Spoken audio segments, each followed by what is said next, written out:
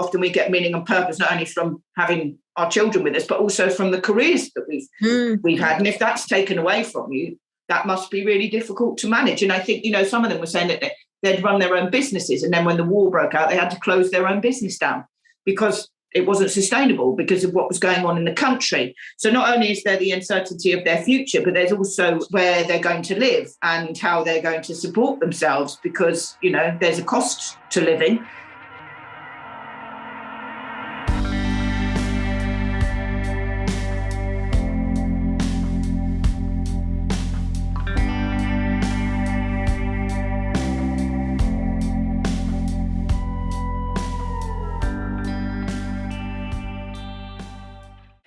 Hello, and welcome to the Good Mental Health Podcast.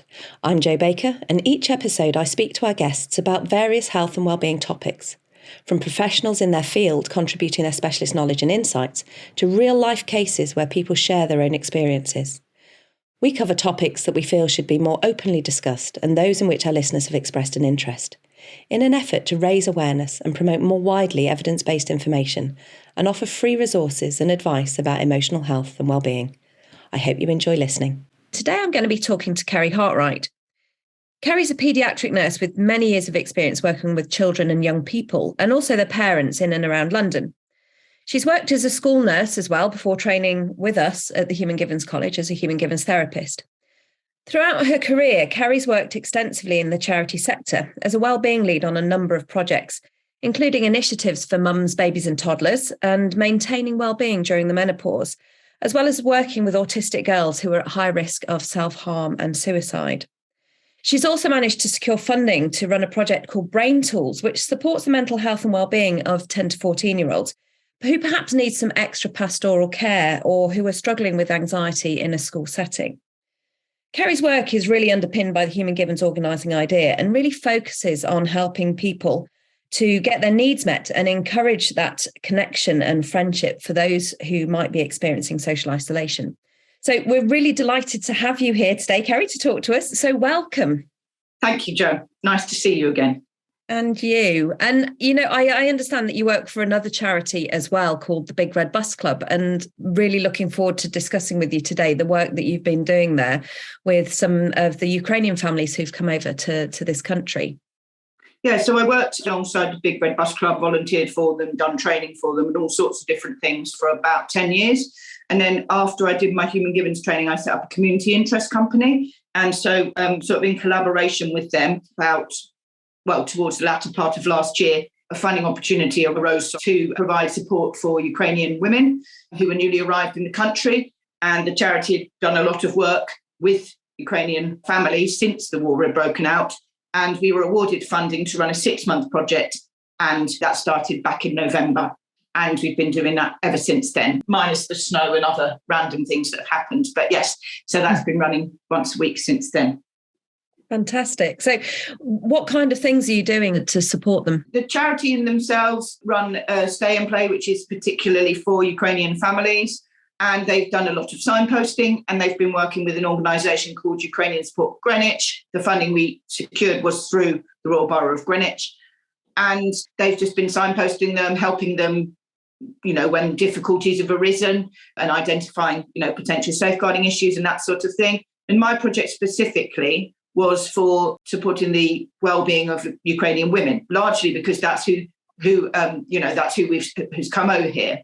But also, it's different from the Stay and Play because although they can bring their children with them, if they've got children under the age of 5, it's kind of a space that is just for women as well. So we have a mixture of women that come on their own and women that come with children under 5. So it was separate from the Stay and Play that was always already running because it had a particular focus on the women.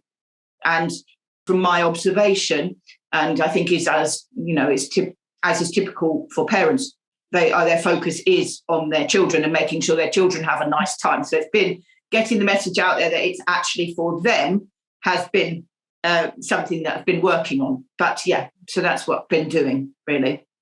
So obviously you had experience already of working within that culture because you'd worked alongside people from Ukraine previously. What kinds of things? Obviously, since the invasion over a year ago now, I know that, we've had more than 8 million Ukrainians have actually fled to other European countries. Really, all of their physical needs being compromised, needing security, needing shelter, needing food, and obviously, a huge impact on their emotional needs as well. So although being able to come over here and live with host families who have kindly offered space within their homes for them, it's still not their home. What sort of things have you seen have been most challenging for the people that you've been working with? So as you mentioned, I had worked with Ukrainian volunteers through my work with the charity over a number of years, which was why I think the Big Red Bus Club ended up with so many of them arriving at the charity after the war broke out. They already had connections. Their volunteers were Ukrainians living in this country, not all of them, some of them. And so that they had a particular draw to there. So in terms of the challenges that we've found, obviously the sort of things that people have said to me, one lady said to me the other week, she arrived in this country with one bag and 2 children to live with her family who were childless by choice. So now she's had to adjust to living with a host family who have kindly opened their doors, but are now having to also get used to having children in their home. Other challenges, there's been lots of trauma, and the trauma is ongoing because the war's still ongoing. So, if the project runs on a Thursday and the day before there's been something that's happened in Ukraine, then obviously their emotional needs are more affected on the day that they arrived. When I first started doing the project, one poor lady, I think I made her cry every single time I spoke to her, which isn't necessarily a bad thing. It's a good way of, that lady was on her own in this country with her daughter and sharing a room with her daughter in a host family home who were really supportive and everything. But she was trying to be strong for her daughter. She was trying to be mindful of the fact she was living in someone else's house and she didn't have a space for herself. And I remember when my very first session I did, where I really introduced the idea of the human givens approach. So I did a board where I talked about a plant and what a plant needs to grow, and we'd potted bulbs. This was kind of how I introduced it. It were bulbs that were supposed to flower at Christmas, so they could be given as a Christmas present. And then we talked about the sorts of things that flowers need to grow, and then we talked about what humans need. And I'd got the innate cards that I use as part of my therapy translated into Ukrainian by my support worker. And one of the ladies sat there talking about just putting her hand through the soil, and it brought back memories of her mum who she'd lost and things like that. And it was just a really nice space for them to come and talk. The challenges have been trying to be strong for their children, I think, and make sure their children are happy and well looked after. The ongoing uncertainty and not sure how long they're going to be over here for, being very well aware that they are in someone else's house and therefore that it's not their own space. And, so that's been, as a person who's gone from having their own home and their own family home to living in someone else's home, that's going to come with its own challenges for them. The language being a barrier. There's lots of ladies that I've met who are highly skilled, highly qualified back in Ukraine, and they struggled, with English coming over here. So that has been quite a good opportunity for them to practice their English. I've had some really random conversations about English words with them. So they're the sorts of challenges. And then more recently, I had a conversation with 2 ladies a couple of weeks ago who were telling me that their family was made up of a parent that was from the Ukraine and a parent that was from Russia. And that when the war had broken out, they were completely shell-shocked was one thing, as I think everyone was, but they were also completely alienated by close friends because of fear. And so that really impacted on their emotional needs. Yeah, just lots of things, really, that you could say that is going on for these people. Such a hugely complex situation. I love the fact that you were potting bulbs and then, talking about the needs of a plant and helping them to understand their own needs as well. I think that's absolutely fantastic. So what really sort of came through there was obviously so many needs being compromised, but that real sense of not being able to even if they've got their own room in a house, not ever having that sense of privacy because it's not their home. So is that something that you've talked to them about? The project's been a bit sporadic as in we've had some weeks, we've had a few weeks where like a little group of people have come, and then we've had lots of new people come. But yes, it was something I spoke about to people. They're really appreciative of everything that, the sacrifices these people have made. But I think it's just that awareness that they are actually a guest, and therefore they're trying to be respectful. And I think that lack of privacy for them, without them actually saying it, they hadn't told me they had a lack of privacy, but, it's kind of something I surmised because they're sharing a room often with their child. And, some people have come over with 2 or 3 children. Some people have come over I had one lady come over here with a 6-month-old baby. The baby was walking when I saw him. He was about a year old.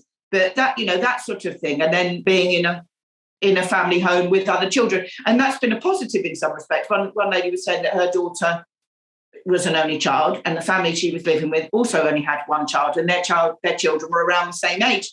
So they had formed a nice little connection, and they were playing really nicely together. So there's been some benefits to it. But I think, whilst the host family scheme was an amazing opportunity, I think that it's been recognised that perhaps there wasn't much future planning for it. And therefore they're now in a situation where you may have opened up your doors for a family, and you may now want to have your own life back, and these people want to move on and get a space for themselves, and that's very difficult for them to do because they can't get a job, and they don't have financial security, and they can't put a deposit down on a flat to rent it and people don't want to rent out to children. So there's that sort of thing. It's the future. So the privacy is a big need, obviously, whilst trying to be respectful of, and where do they get that space? Where does that space come from if you're living in a house with a family who already live there? And I know when we've talked before, Keri, you've said, some of the people that have come across have mostly come with women and children. And so they've come and they've left partners behind in the Ukraine. So there's that fear and, that sense of loss and, a huge amount of grief as well for people, relations that they've lost, but also a grief for their country. And, so that must be something that comes through. Yeah, the grief for the country. And, even it was my Ukrainian support worker that's working with me on the project was one of the ladies that was telling me about how her parents were Ukrainian, Russian. And she was saying it was just total shell shock at the time. And it literally took her 3 months to come to terms with the fact that I had someone crying. I did a therapy session actually with a lady who was from Ukraine. She was living in a different country, but she was saying that, every time she thinks of her country, she just cries because that country's gone. And I think for me, I just think although I can have no understanding of what these people have been through, I can't imagine myself having to displace myself to the other side of the world with a child and so much uncertainty. So that's why I think the project's so important to me because, everyone wants the best for their family and their children. But yeah, that ongoing, the sadness and the missing of their husbands. I mean, one lady was telling me about her daughter who at Christmas time, the host family had been, bought her daughter an advent calendar and her an advent calendar and their own child an advent calendar and take them to Panto and it was they were being really thoughtful. And her daughter didn't want to open the advent calendar because she didn't want to be in England for Christmas because she wanted to see her dad. And so, of course, she had to kind of manage that situation without breaking down herself, which is where it's quite nice to have the space for them to talk about these things. And I guess what you're trying to do there at the charity, although, they're welcome to bring their young children along, is you are trying to carve out that space where they've taken time just for themselves, if that's possible for them. So what we're doing as part of the project, what we're doing is we're doing a series of wellbeing activities and trying on a basis to do a check-in. So, looking at what's been a good point for the week, what's been more of a struggle for the week. We have talked at times about relaxation techniques, and I've talked to them at times about the importance of space for themselves in order to be the best parent that they can be, because that's what they're very interested in. And so we're doing a range of activities that we're doing sort of when we get them to register, we're doing a sort of emotional needs audit, if you like, looking at, why they've joined the project, what they're hoping to get out of it, how they're satisfied they are with their life, what do they do to relax, what do they do to have fun.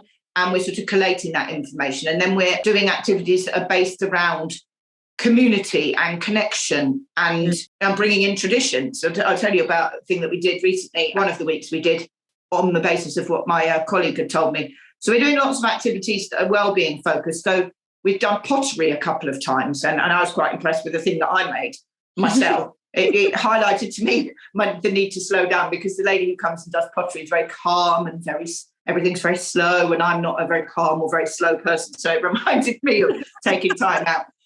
But we got to sit there with our eyes closed, holding the clay. And then we had to tell the lady what we felt when we felt the clay, and which is obviously quite wet and cold in its feel. And one lady said it felt like her child's skin when they were falling asleep or something along those lines. We sat there and we held it. And then we were doing this, we were making a bowl, and we had to tip the thing up, the ball of clay upside down and sort of spin it. And I was going at 20 miles an hour, which is why that's where I said about the slowing it down thing.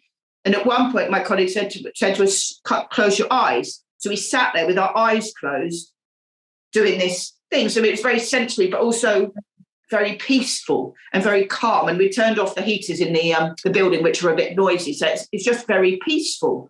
And that's what it is. It's about encouraging them to do activities which get them into a sort of flow, if you like, that absorb their concentration so that they have got a bit of escape, if you like. So the other thing that we've done is we've done sort of craft activities. They're very efficient crafters. They're very, some of the work they do is awesome. A lady told me the other day that she'd knitted a blanket for her hosts in 2 hours. I was like, geez. Wow. I know. I was like, blimey, that would take me about 2 years. But so they're very used to doing these sorts of activities. So one week we did cross-stitching, and I just took some Ada along and some needles and some threads. And then I printed off some patterns, but I kind of left it to them. And so that, again, that got them into the flow, and they were just sat there crafting. And then there's always an activity for the children. So if the children have come along, I'd taken dream catchers. And so they were making dream catchers, and I was helping some of them, or some of the mums were helping them. And so everyone was kind of busy doing a craft of some description and getting quite lost in what they were doing. And that's the purpose of it, really, is to give them something that's a bit relaxing. But the other thing that we did, which hopefully we'll do tomorrow, because we're running it tomorrow, was that my colleague said that it's tradition over in the Ukraine to sing. So the women get together and they do cross-stitching. It's quite a traditional thing. And I love a cross-stitch myself. And they were sitting there in a circle, cross-stitching and singing. And it just felt really nice, because it was something from home, because that had come from the Ukraine lady herself. So it was kind of a connection to home. Plus they were with people from their own community. And so it just felt like, that was quite a sentimental thing, if you like.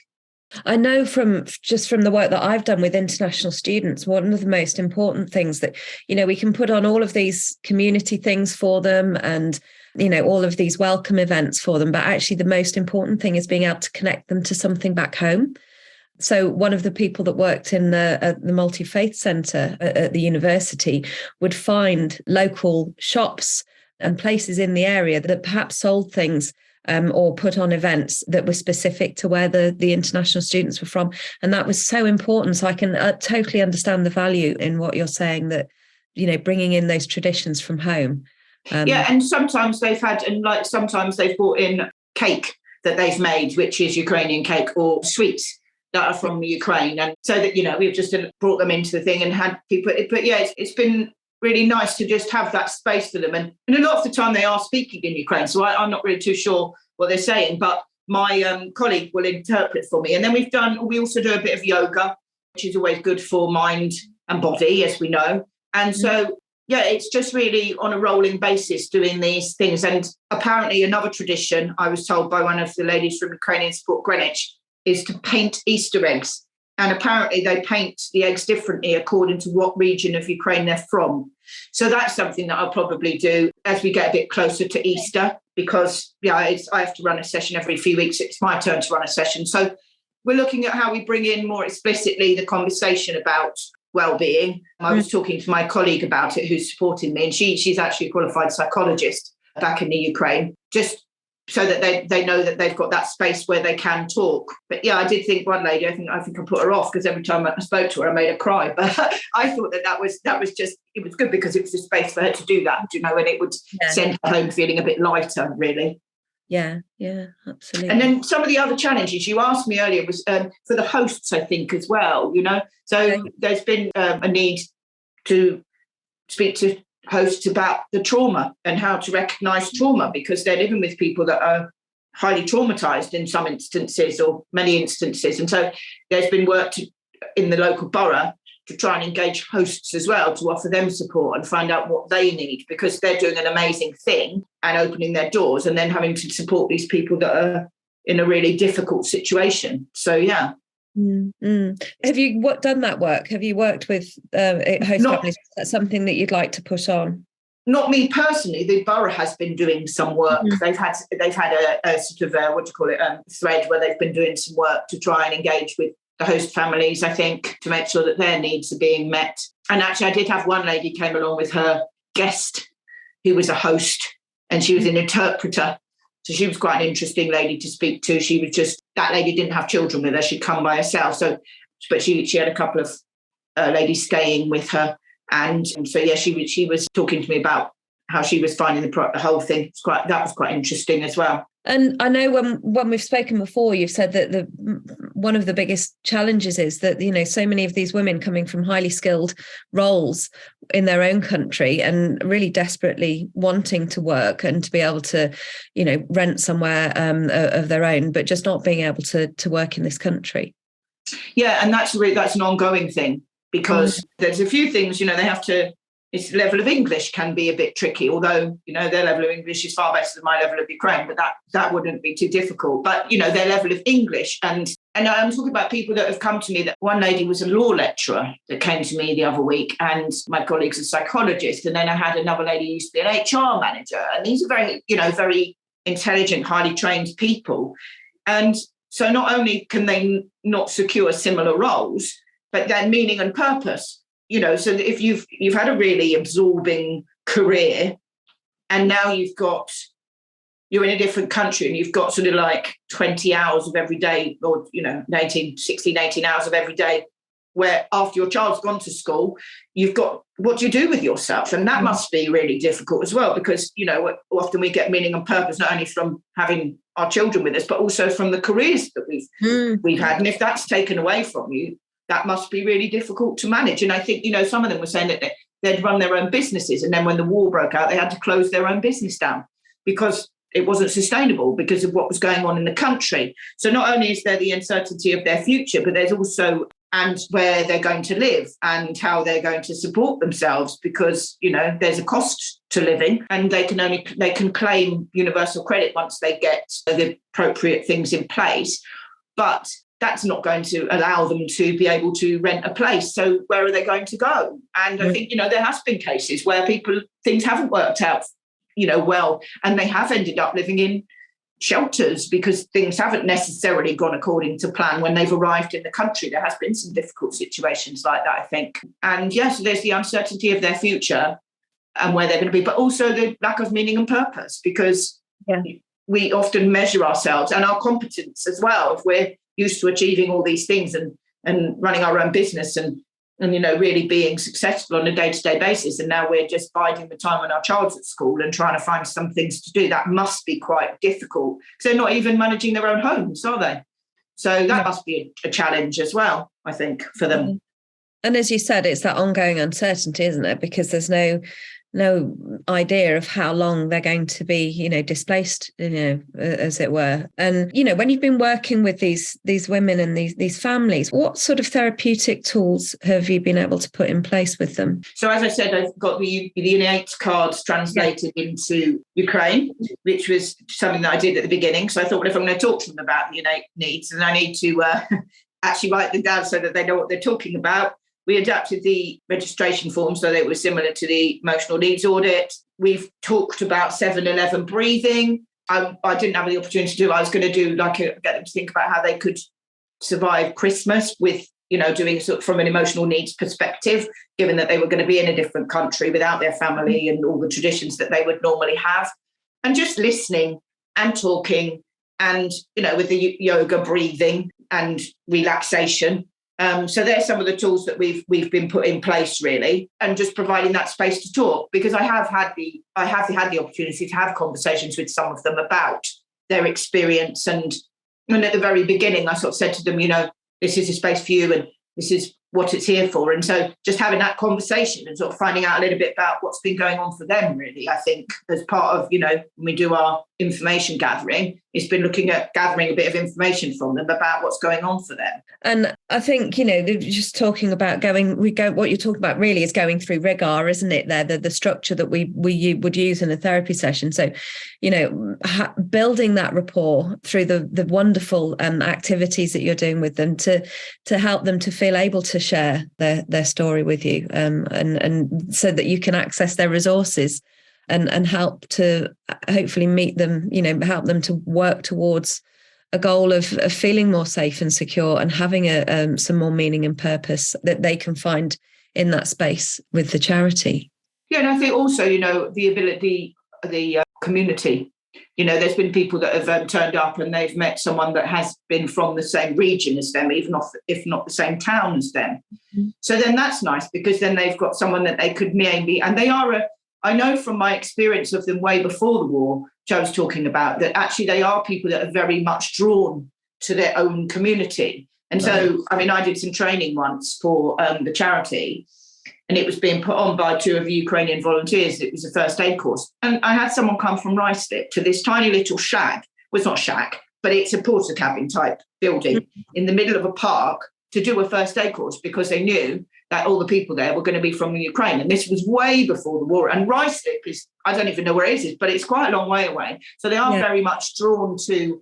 And interestingly, when I was out in my local area recently for coffee, I saw 2 of the Ukrainian volunteers that one Ukrainian volunteer I trained in first aid, and another lady that I'd met randomly who was also Ukrainian, having coffee together. They are very drawn to their own community. And I knew that before I even started this. So if there's any way of facilitating that, then that's a really good thing as well, because that gives them the support and the ability to have a friend that maybe understands them a little bit. And, obviously, the provision that you've got and the work that you're doing is just fantastic. Is there anything that, what can other people who are not working in charities with Ukrainians, what can we be doing as the public to help? So I think it's just about being mindful, really, of the situation that these people are in, and talking to them. If they're, most of them will, in my experience, will often apologise for their lack of English. So even though their English seems to be really good to me, just find out what's going on for them and ask them about their experience, which is, I think, that's something that we could do better in lots of areas of our life as a whole, when it comes to emotional well-being. But just ask someone how their day's going, what's going on for them. Is there anything that you can do to support them?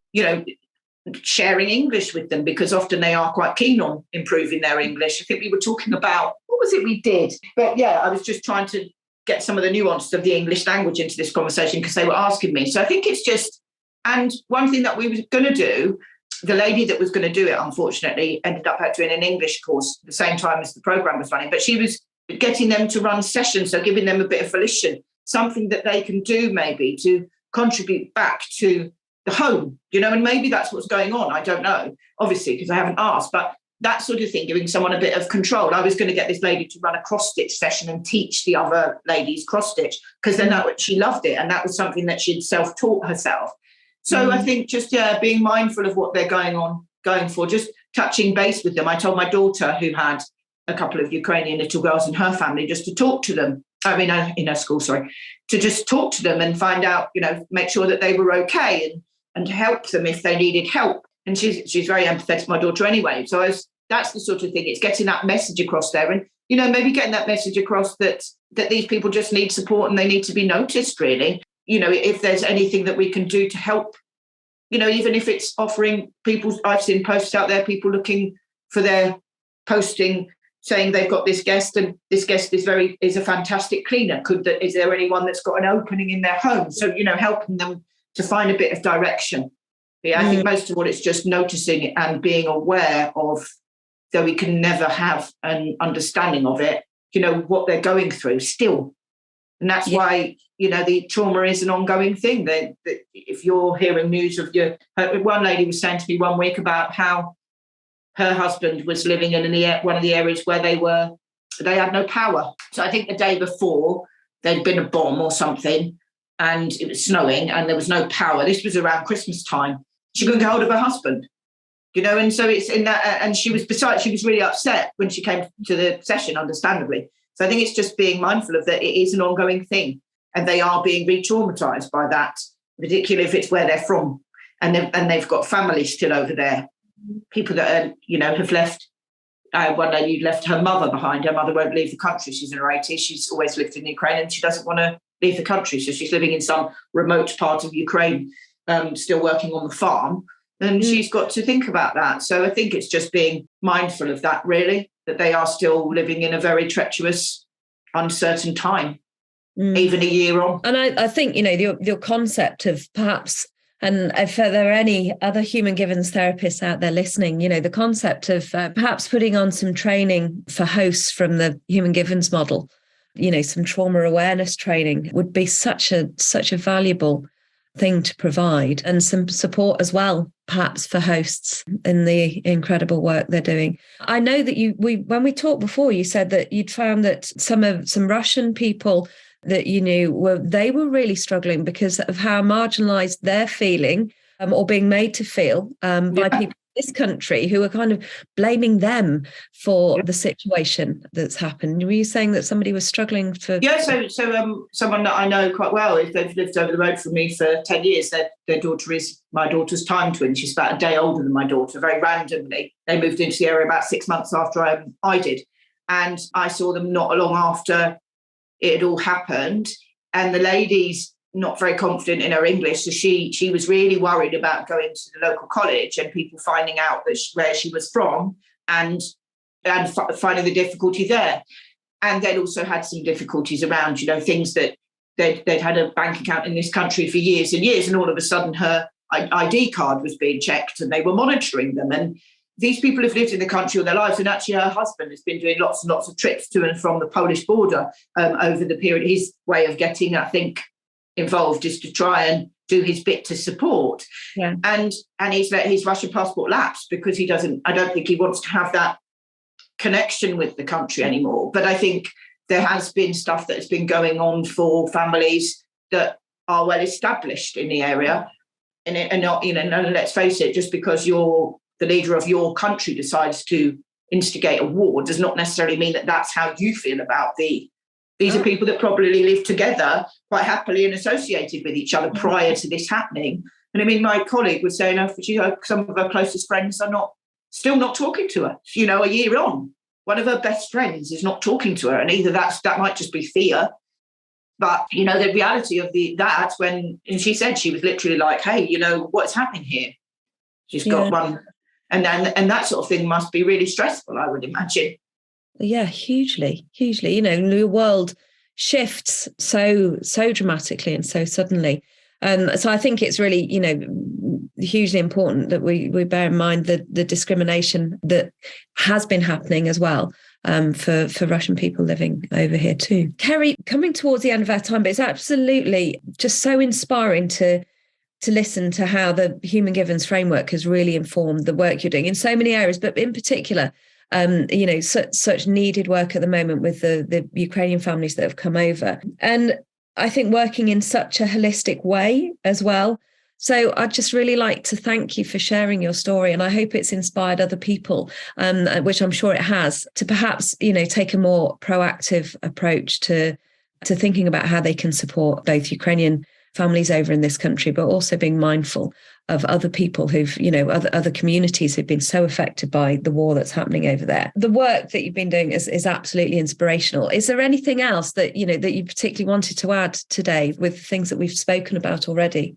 No, but just I think that the one thing that I've taken from the Human Givens training and my ongoing work as a Human Givens therapist is that it's such a good framework to be really flexible with, if you like, because, I've been running other projects with funding, again, from the same borough. So the Royal Borough of Greenwich have been really helpful to me in giving me funding and allowing me to do these things. But I'm currently running a project for young people around their brain development, their emotions. And again, it's looking at the brain. I was doing a session with them on brain development the other day and how, the use it or lose it connections that they're making in their brain and that sort of thing. And their emotions. And you can just use the Human Givens approach, I think, in a very flexible way, because, sometimes it's a bit daunting to say, come and sit down and have a therapy session. But what you might find off the back of doing a project like that, where, at the end of the 6-week project, they're all swapping phone numbers and they're sitting in their little groups and they've made friends. And this is children who are struggling in school, who have a lot of them have had social communication problems, that they're coming to something and they're making a community. And we all know how important that is in itself. So I think it's what the human giving approach has given me is just a really flexible way of working, but also thinking all the time about what are the needs of this person, what are the needs of this person, what are the needs of this person. And, at the end of the day, our needs are how we interpret them. And so that's been quite a useful framework to have, I think, just generally always looking at it from the human givens perspective and what I can do to help that, really. Keri, thank you so much for sharing such an inspirational story and for giving us your time. If you would like to explore the human givens approach and the training we offer, you can find out more by visiting our website, and you can find the link for that in the podcast description, where you'll also find the links for many of the resources mentioned in this episode, as well as our podcast archive. We've been lucky enough to speak to so many interesting people on the Good Mental Health podcast and on such a wide range of topics. But if there's something that you would like us to cover, please do let us know. And of course, if you enjoyed listening today, please like, comment and share. But for now, thank you to everyone for listening, and until next time, goodbye.